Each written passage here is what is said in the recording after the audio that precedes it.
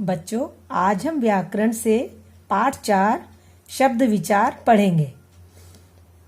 व्याकरण में आपने पहले भाषा, बोली, लिपि पढ़ा, उसके बाद आपने पढ़ा वर्ण विचार, और आज हम आपको पढ़ाएंगे शब्द विचार। शब्द क्या होते हैं बच्चों? शब्दों के प्रकार क्या होते हैं? शब्द कहाँ से उत्पन्न हुए, वो कैसे आए, आज हम आपको बताएंगे।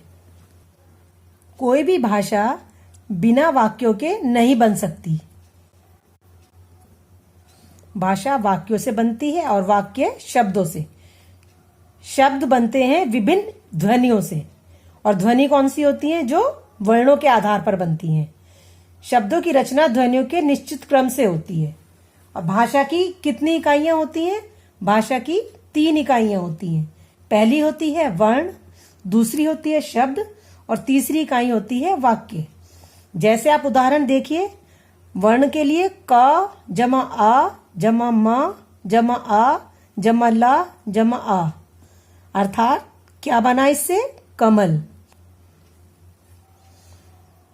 आगे देखिए, व्याकरण में भाषा के 3 अंग होते हैं, जैसे हमने बताया आपको।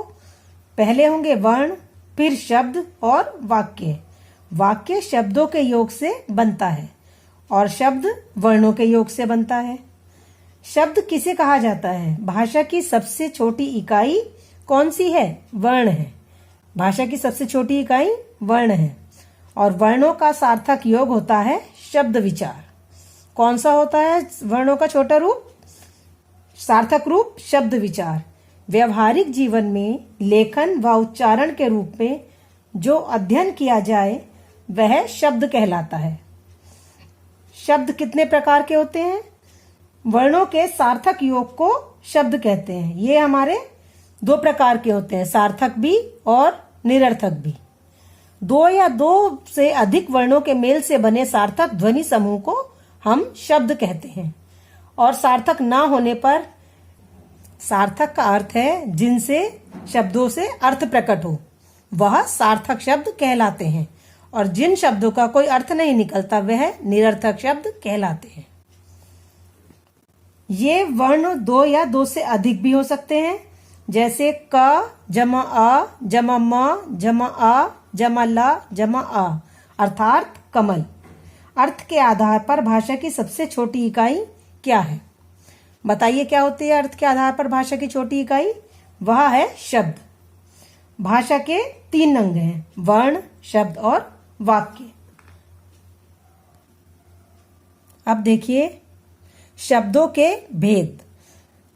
शब्दों के भेद कितने होंगे? शब्दों के भेद होंगे 4। रचना के आधार पर, स्रोत, उत्पत्ति यानी कि वो कहां से आए हैं उनके आधार पर, और अर्थ के आधार पर, और प्रयोग के आधार पर। इसके बारे में हम उत्पत्ति में पहले देखेंगे। तद्भव, तत्सम, देशज, विदेशी और संकर शब्द। और व्युत्पत्ति, कहां से ये सारे शब्द आए हैं, इसमें हम बताएंगे आपको रूढ़, यौगिक और योग रूढ़। शब्दों के अर्थ, सार्थक भी होते हैं शब्द और निरर्थक भी होते हैं। इसमें आएंगे हमारे पर्यायवाची, विलोम, एकार्थी प्रतीत होने वाले शब्द, और इसमें निरर्थक शब्द भी हमारे आएंगे।